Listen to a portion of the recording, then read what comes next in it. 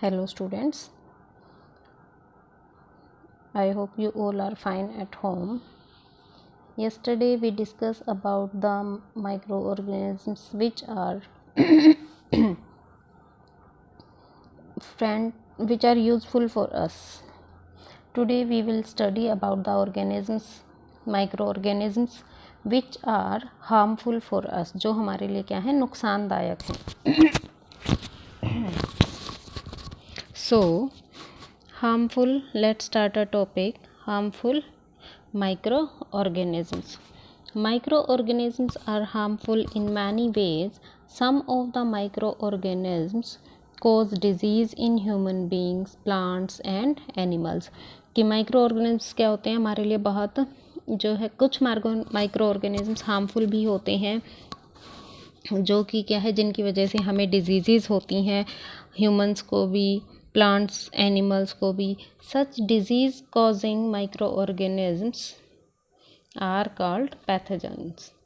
ये जो जिन माइक्रोऑर्गेनिज्म्स की वजह से हमें डिजीज़ होती है उन्हें क्या बोला जाता है, pathogens. Such microorganisms spoil food, clothing and leather.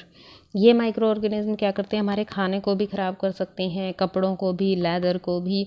Now we will discuss about these organisms one by one, कि उनकी जो है माइक्रोऑर्गेनिज्म्स की वजह से जो है कौन कौन से हार्मफुल जो है उनके इफ़ेक्ट हैं जो है हम पर होते हैं.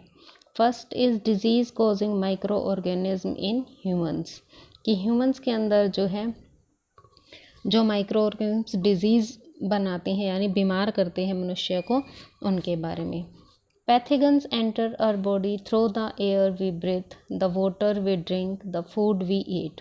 कि पैथोजेंस जो है वो क्या है, ह्यूमन बॉडी में कैसे एंटर करते हैं, वो जो है थ्रू एयर भी कर सकते हैं, यानी हवा के साथ जब हम सांस लेते हैं तब हमारी बॉडी में एंटर कर सकते हैं. वाटर वी ड्रिंक, पानी जो हम पीते हैं, या फिर जो खाना हम खाते हैं.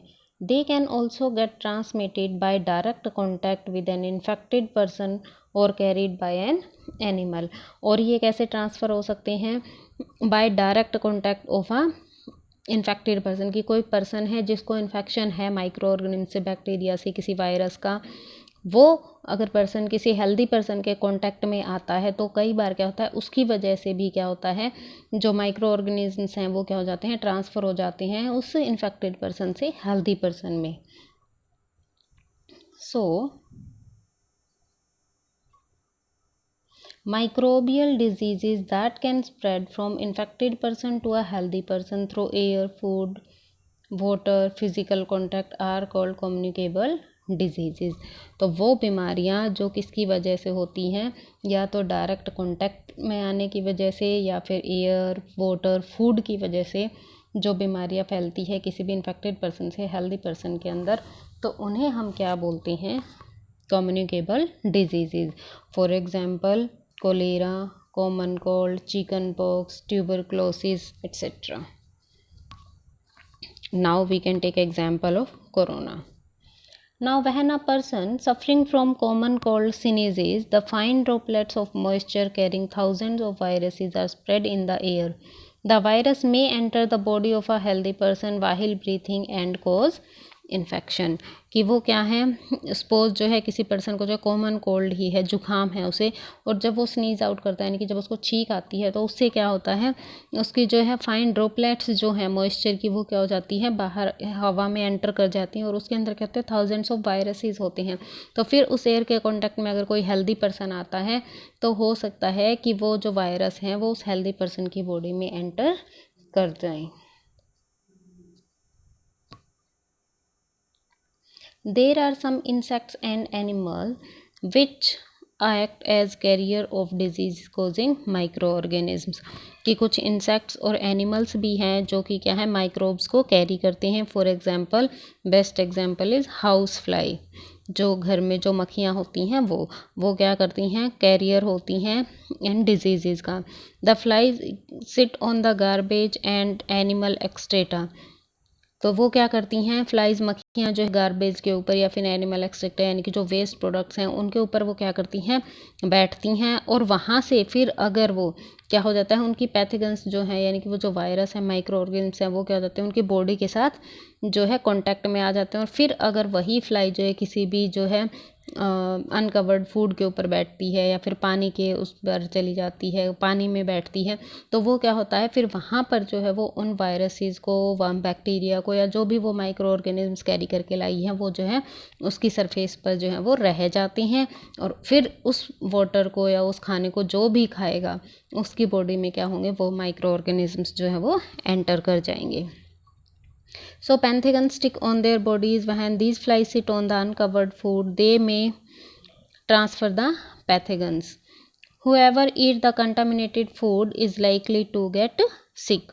So it is advisable to always keep food covered. और इसीलिए जो है हमेशा ये कहा जाता है कि खाने को जो है हमेशा ढक कर रखना चाहिए। Avoid consuming uncovered item of food, कभी भी जो है बिना ढका हुआ खाना नहीं खाना चाहिए। Another example of a carrier is the female anopheles mosquito. और एग्जाम्पल क्या है, जो अच्छा एग्जाम्पल है वो एनाफिलीज मॉस्किटो है, जो कि क्या करता है, किसको कैरी करता है, carries the parasite of malaria, यानी कि जिसकी वजह से हमें मलेरिया होता है, प्लाज्मोडियम। सेम एडस मॉस्किटो की वजह से क्या होता है, हमें डेंगू होता है। ये डेंगू वायरस का जो है कैरियर को कैरी करती हैं।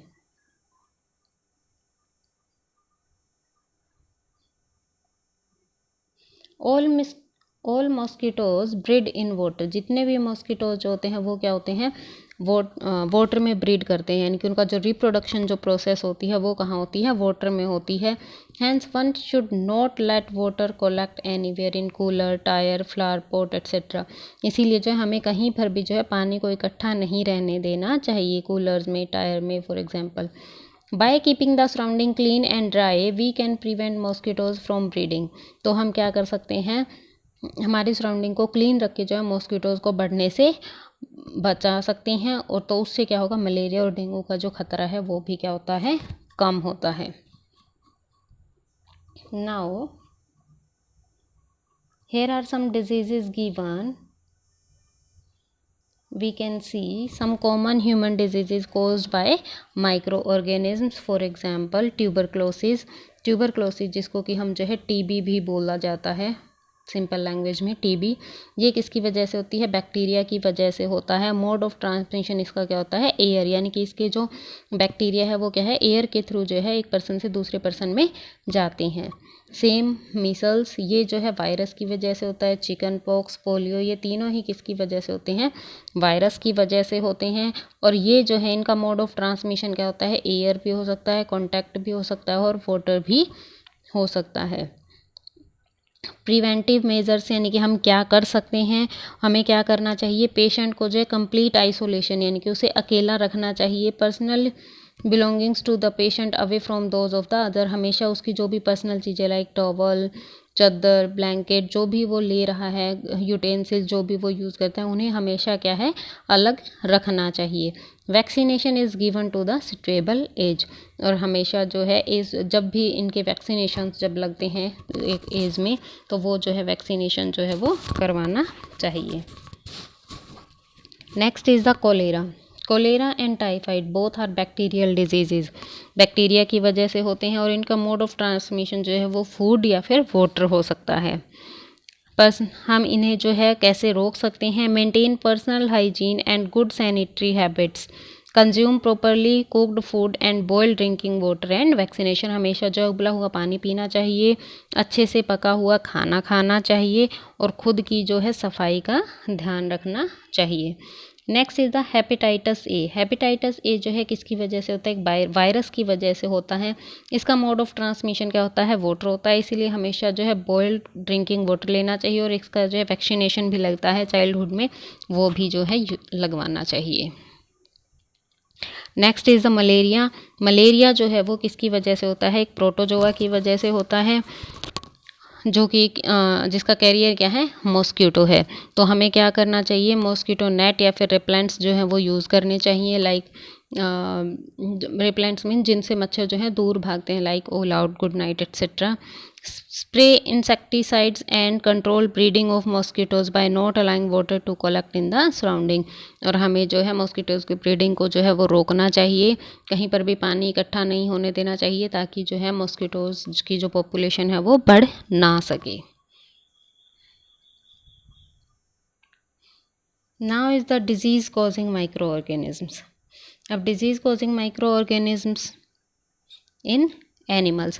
अभी तो जो हमने डिस्कस किया वो था ह्यूमंस के लिए, कि ह्यूमंस के अंदर जो है कौन कौन सी डिजीज़ जो हैं वो हो सकती हैं, किस किस कौन कौन से जो है वायरस या बैक्टीरिया की वजह से हो सकती है. Now disease causing micro organisms in animals. तो एनिमल्स के अंदर कौन कौन से हैं? Several micro organisms not only cause disease in humans and plants but also in other animals. For example anthrax.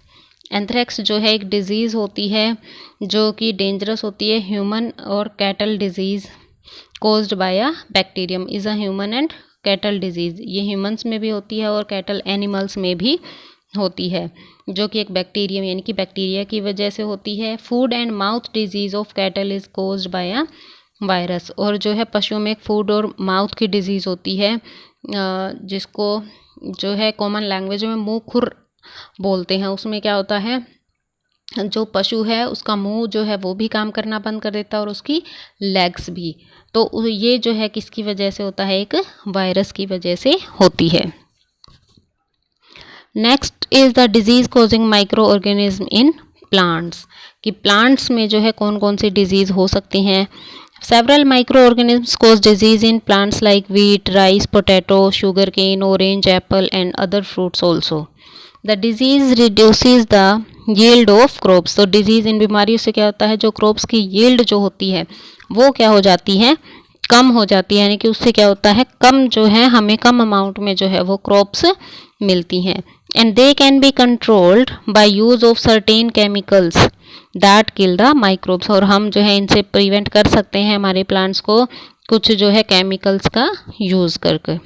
For example plants के अंदर जो कौन कौन सी डिजीज़ होती है. सिट्रस कैंकर होता है जो कि एक बैक्टीरिया की वजह से होता है. मोड ऑफ ट्रांसमिशन उसका क्या होता है, एयर होता है.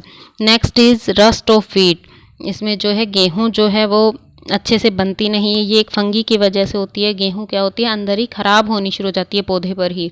इसका मोड ऑफ ट्रांसमिशन क्या होता है, एयर एंड सीड्स. कि सीड्स भी कई बार क्या होते हैं उससे इन्फेक्टेड होते हैं ऑलरेडी, तो उससे जो प्लांट बनेगा वो भी क्या होगा, इन्फेक्टेड ही होगा. येलो वेन मोसेक ऑफ भिंडी. की जो भिंडी होती है लेडी फिंगर, उसके अंदर भी क्या होता है, येलो कलर का जो है वो कई बार जो है वो हो जाती है. वो एक वायरस की वजह से होती है और इसका मोड ऑफ ट्रांसमिशन क्या होता है, इंसेक्ट होता है.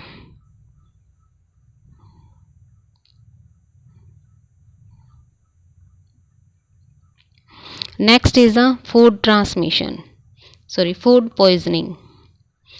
अब फूड पॉइजनिंग क्या होती है, कई बार क्या होता है हम खाना खाते हैं, खाना खाते ही हमें वोमिट टाइप होने लग जाती है या वोमिट होने लग जाती है. तो वो किस वजह से होता है, वो होता है इन्फेक्टेड फूड खाने की वजह से, और उसी को हम क्या बोलते हैं, फूड पॉइजनिंग.